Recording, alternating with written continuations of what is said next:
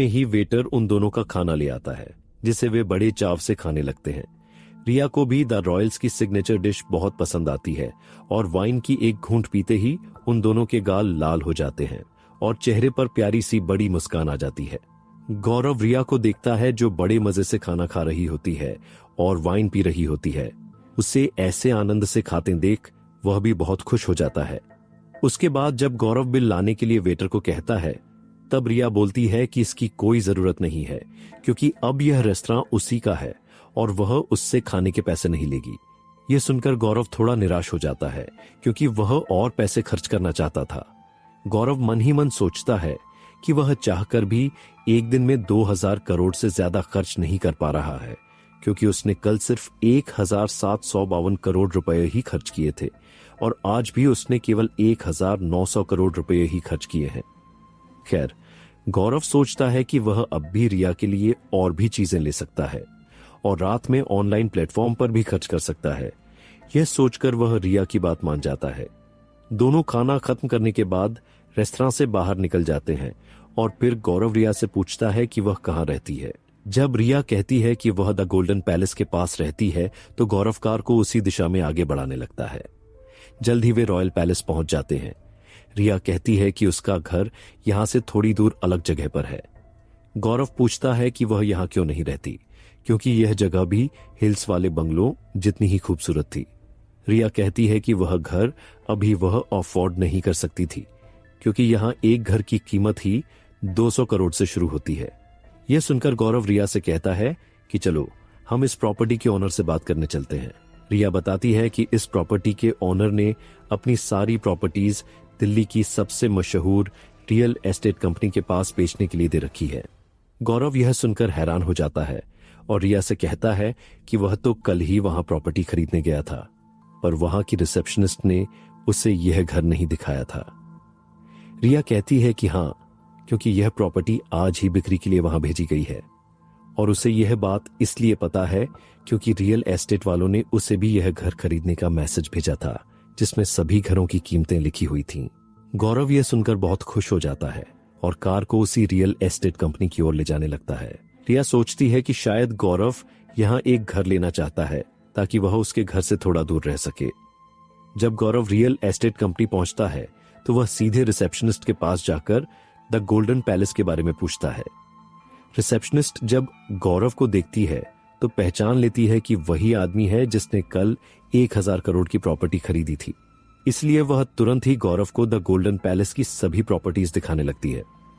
Receptionist बताती है कि यहाँ 200 करोड़ वाले सभी घर बिक चुके हैं और सिर्फ महंगे वाले ही बचे हैं। गौरव कहता है कोई दिक्कत नहीं।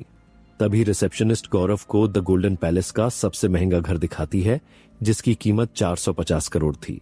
गौरव उस घर की फोटो देखकर बहुत खुश हो जाता है, क्योंकि वह किसी भी बंगले या मैंशन से कम नहीं था। गौरव तुरंत अपना ब्लैक कार्ड रिसेप्शनिस्ट को दे देता है और पेमेंट करने को कहता है।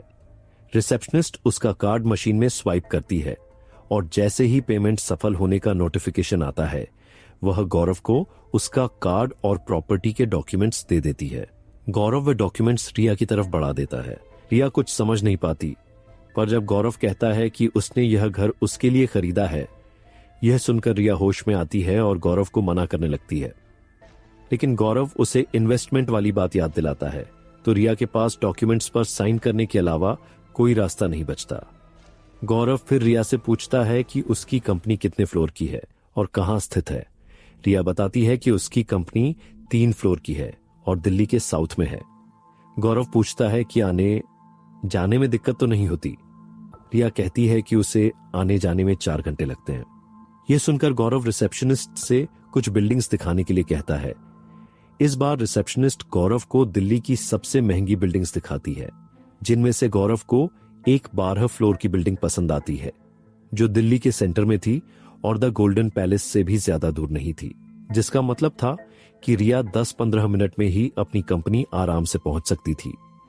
रिया गौरव से कहती है कि वह उसके लिए इतने पैसे खर्च न करे, पर गौरव कहां सुनने वाला था।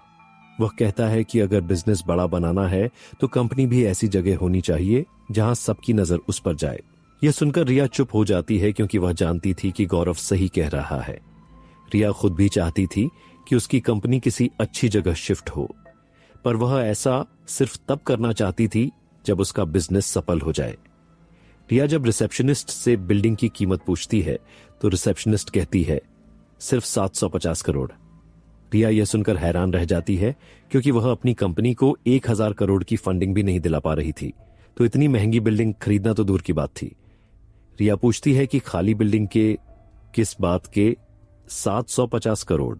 तो रिसेप्शनिस्ट बताती है कि नहीं मैम, इसके अंदर सब कुछ पहले से मौजूद है, आपको बाद में कुछ भी खर्च नहीं करना पड़ेगा। यहां तक कि अंदर का सारा फर्नीचर और मशीनरी टॉप क्वालिटी की है।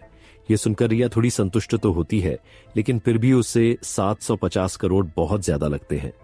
तभी गौरव अपना ब्लैक कार्ड रिसेप्शनिस्ट को दे देता है और वह एक ही बार में पूरा पेमेंट ले लेती है। फिर वह गौरव को उसका कार्ड और बिल्डिंग के डॉक्यूमेंट्स दे देती है, जिन्हें गौरव फिर रिया की तरफ बढ़ा देता है। उधर रिया अभी भी सोच में डूबी होती है, लेकिन जब गौरव डॉक्यूमेंट्स उसके सामने करता है तब उसे समझ आता है कि गौरव ने पहले ही वह बिल्डिंग खरीद ली है। यह सोचकर ही रिया बेहोश हो जाती है, क्योंकि गौरव ने एक ही दिन में 2900 करोड़ रुपए खर्च कर दिए थे।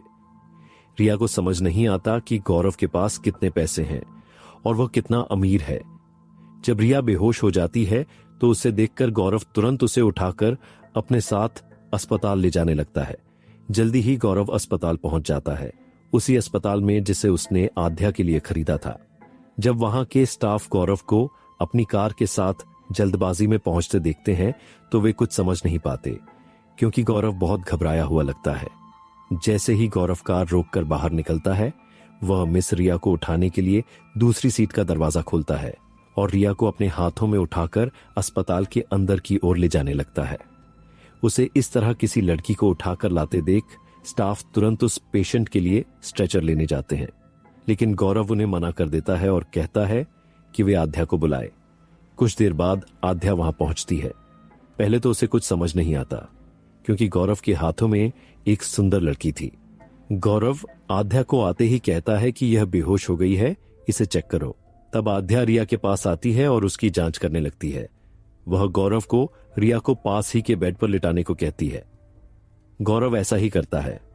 फिर आध्या कहती है कि डरने वाली कोई बात नहीं है, लगता है इसने कोई बहुत शॉकिंग चीज देख ली है, इसीलिए बेहोश हो गई।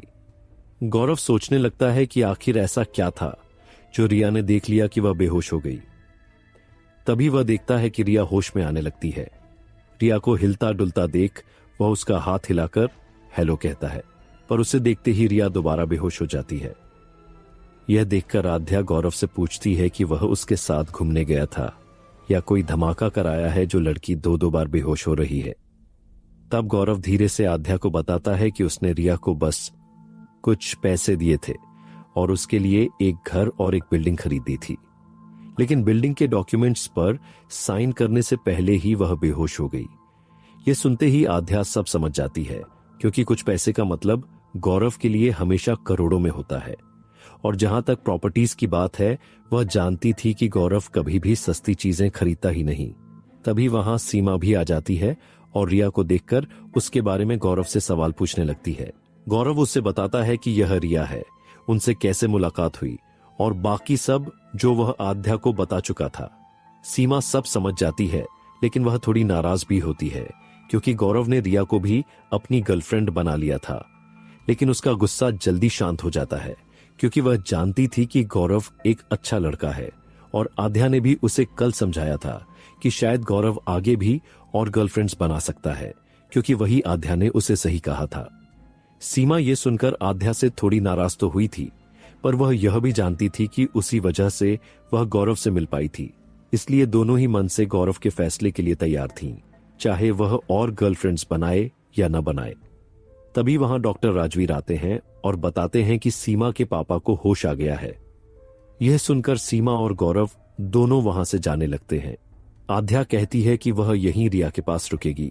यह सुनकर वे दोनों इंटेंसिव केयर यूनिट वार्ड में चले जाते हैं, जहां सीमा के पापा सीमा की मम्मी से बात कर रहे होते हैं और सीमा का भाई भी वहीं खड़ा होता है।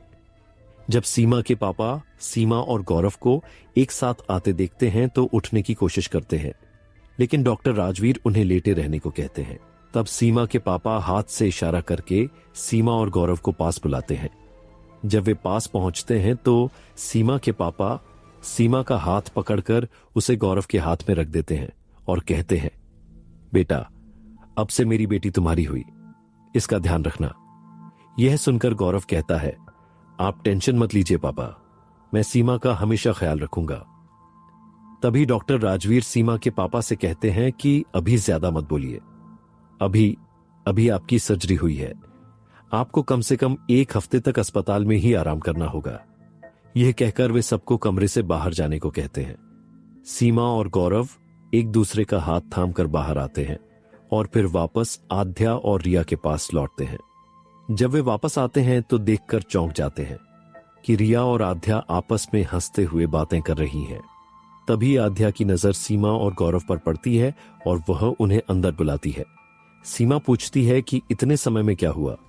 आध्या बताने लगती है, तुम दोनों के जाते ही रिया को होश आ गया था और इस बार वह मुझे देखकर बेहोश नहीं हुई। यह सुनकर गौरव रिया को तिरछी नजरों से देखने लगता है क्योंकि आध्या उसे चिढ़ा रही थी। आध्या आगे बताती है, उठते ही रिया ने मुझसे कहा कि उसकी एक चुटकी काटो, क्योंकि उसे विश्वास नहीं हो रहा था कि आज जो कुछ भी उसके साथ हुआ वह सच था या सपना।